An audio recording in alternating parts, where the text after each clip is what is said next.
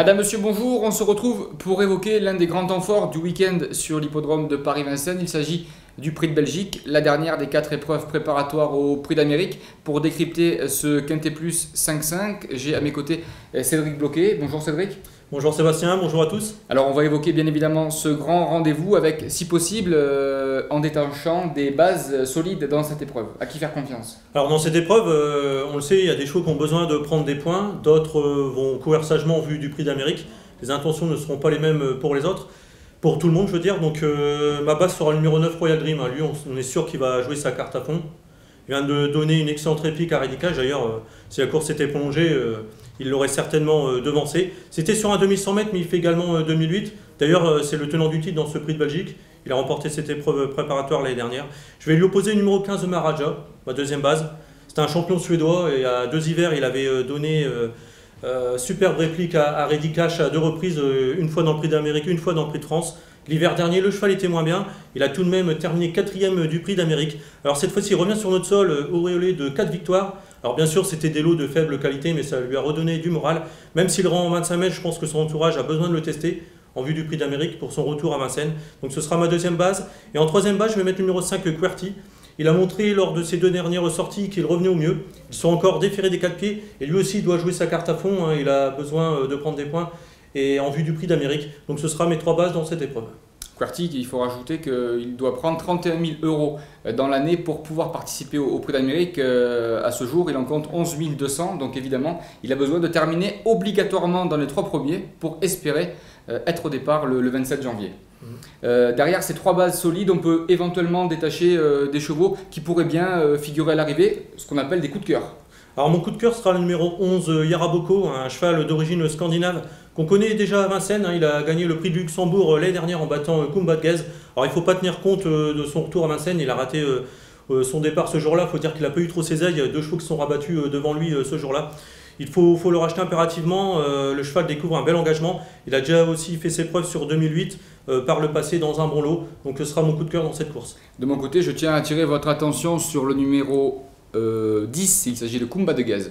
Jean-Michel Bazir, cette semaine, a réveillé sa jument dans le centre d'entraînement de Grosbois. On sait que Jean-Michel Bazir, lorsqu'il secoue les tapis de ses chevaux, ça donne souvent des résultats. On s'en est aperçu récemment avec Pinson dans le prix du Calvados, en début de meeting d'hiver. Dans la clôture de GNT, il avait réveillé Roi Vert qui s'est imposé de façon magistrale. Et puis par le passé, on se souvient que Jean-Michel Bazir secouait également Kezako Fedo dans les allées cavalières de Grosbois. Et on avait vu qu'il avait réussi à gagner le prix d'Amérique. Évidemment, Kumbadgez, c'est un niveau inférieure à Kezako Fedo, mais attention, elle peut aller devant, elle est capable d'adopter toutes les tactiques de course, cette Kumbadgez, et j'en fais mon outsider particulièrement séduisant dans ce Quintet Plus. Oui. Derrière, je voulais juste ajouter à propos de Kumbadgez, la jument a quand même devancé 2 fois Royal Dream à la régulière depuis le début du meeting, donc comme vous l'avez dit très justement, c'est vrai que c'est une première chance. Derrière, on peut également faire confiance à quelques surprises qui pourraient bien, pourquoi pas, pimenter les rapports à l'arrivée. Alors, comme surprise, le 14 Roxane Griff, même si elle rend 25 mètres et doit garder des ressources pour le Prix d'Amérique, c'est son objectif. De plus, la jument ne sera déférée que des postérieurs, elle ne sera pas des 4. Il faut la voir pour une 3-4e place, de même que le numéro 4 Jungle Fest, qui est pour moi la surprise de la course. Le cheval vient de renouer avec la victoire plus facilement que l'indique l'écart à l'arrivée. Déjà le coup d'avant dans le prix du Bourbonnais, c'était la note. Il était parti au galop, mais c'était la note hors trait. Il avait fourni un bel effort final. Voilà, même s'il retrouve le petit Kojini à son sulky, c'est pour moi la surprise de la course. Et puis les amateurs de sensations fortes pour éventuellement ajouter sur leur ticket la candidature d'une jument qui a la particularité de réussir à Vincennes en étant ferrée. Elle a plus de 500 000 € de gains à son compte en banque. Il s'agit de Roxana de Barbret, qui est capable de marcher 13 effractions sur ce parcours de tenue. À l'issue d'un bon parcours, elle est capable pour moi d'accrocher une 5e place et une cote qui pourrait bien avoisiner les 70 ou 80 contre 1.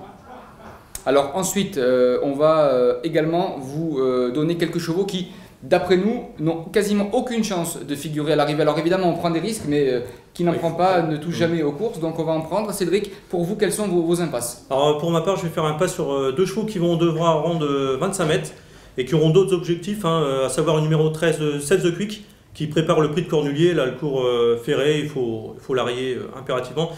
Et aussi le numéro, alors Seth the Quick, pardon, c'était le numéro 12, je me suis trompé de numéro. Donc le numéro 12, Seth the Quick, et le numéro 13, Maine Moisas, qui pareil, a notre objectif, c'est le Prix d'Amérique. Il va courir ferré avec Thomas Lévesque, donc il faut le rayer. Et puis au premier échelon, on peut également rayer les candidatures du numéro 6. Il s'agit de Roch Mélois, qui est à la recherche un petit peu de son meilleur niveau. Et puis Punchy, qui est allé à la mer un petit peu se ressourcer chez les frères Terry et qui aura vraisemblablement besoin de plusieurs parcours avant de retrouver la plénitude de ses moyens. On récapitule peut-être, Cédric, votre sélection pour ce prix de Belgique. Donc mes 3 bases, à savoir le numéro 9 Royal Dream, le 15 Maharaja et le 5 QWERTY. Je vais leur associer le 10 Kumba de Gaz, le 11 Yaraboko, le 14 Roxanne Griff, le 4 Jungle Fest et enfin le 7 Rêve de Bélève, on n'en a pas parlé. Il n'a pas une marge évidente, mais s'il peut bénéficier d'un bon parcours, il peut être 4e ou 5e. Alors les turfistes qui nous écoutent aimeraient savoir s'il y a un petit conseil de jeu que vous pourriez leur donner. Bon, conseil de jeu, de prendre mes 3 bases, le 9, le 15 et le 5, et on leur associe le 10, le 11, le 14, le 4 et le 7, mais également aussi Roxana de Barbré, vous en avez parlé, c'est vrai que c'est un outsider séduisant. Merci. Merci.